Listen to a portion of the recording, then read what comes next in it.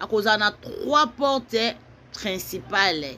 Donc on a vraiment et zandu na biso ndengi bakotongela biso yango gouvernement na biso na administrateur ya zandu bazo senga na peuple congolais nyoso akitisa motema.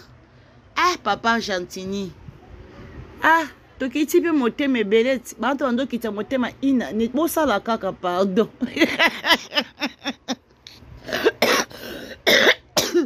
Bolibisa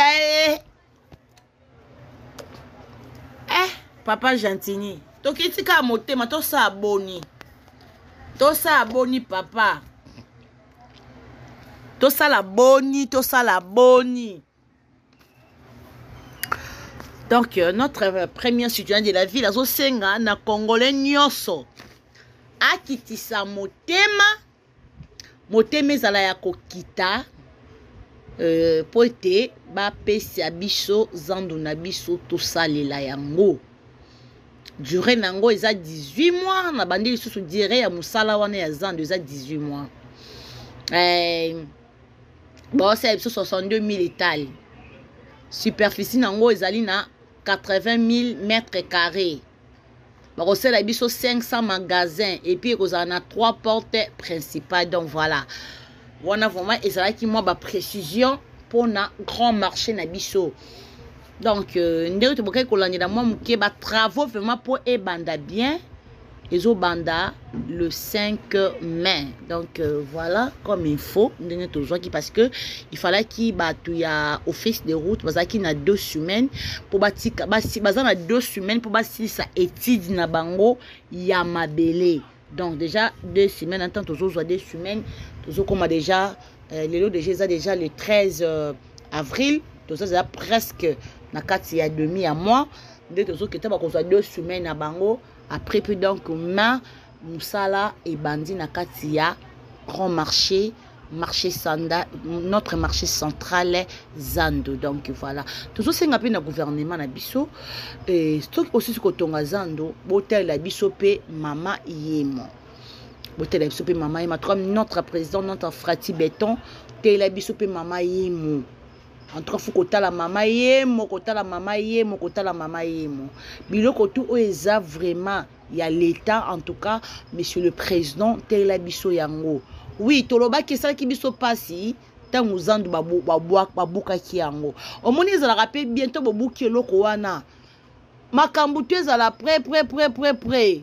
Tant bozo buka bozo kota congolais a rolobate. Maintenant bobuki otiki biso inane to vandi bongo ba chèque pe ba komi esika wana kota na pe ba policier ba yoka ka bongo te ba komi sango ko tsenga biso ba 500 fois au grand marché. Soko lingo kota kanzela no kachambala ma fo le ka wana mais faut pesa moi 500. Ba c'est là on peut makilimba.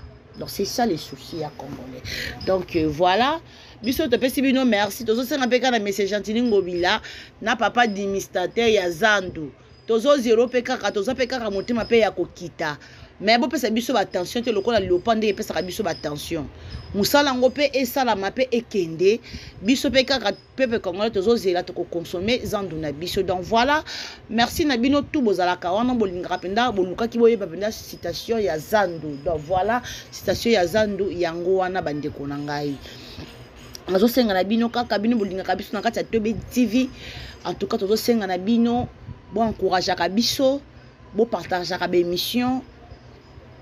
Oh, de nous s'abonner, vraiment, c'est votre moi, et c'est votre Tania, c'est votre maman, c'est votre soeur, c'est votre tante, cousine, machin, petite soeur, Tania Mouyala, madame Badiabeko. Donc voilà. Tous ceux qui s'abonner, vous partager, vous êtes aimé belé. Merci Nabino tout bozala ki wana bolinga ki biso bolinga biso pesa biso confiance. Merci à notre papa Ben Manzolela. Merci à P2G Nico Zamilema. Merci à couple Diman Pouvoir. Merci à mon cher époux. Monsieur mon mari. Monsieur Badia Biorko, cher époux, mon bal, oh, vraiment, à commissaire madame. Donc voilà. Merci Nabinotou, m'appelle la TV. Maman Rosie Manzambi. Merci, restez branchés. Tokutani Mbalasima. Bye bye.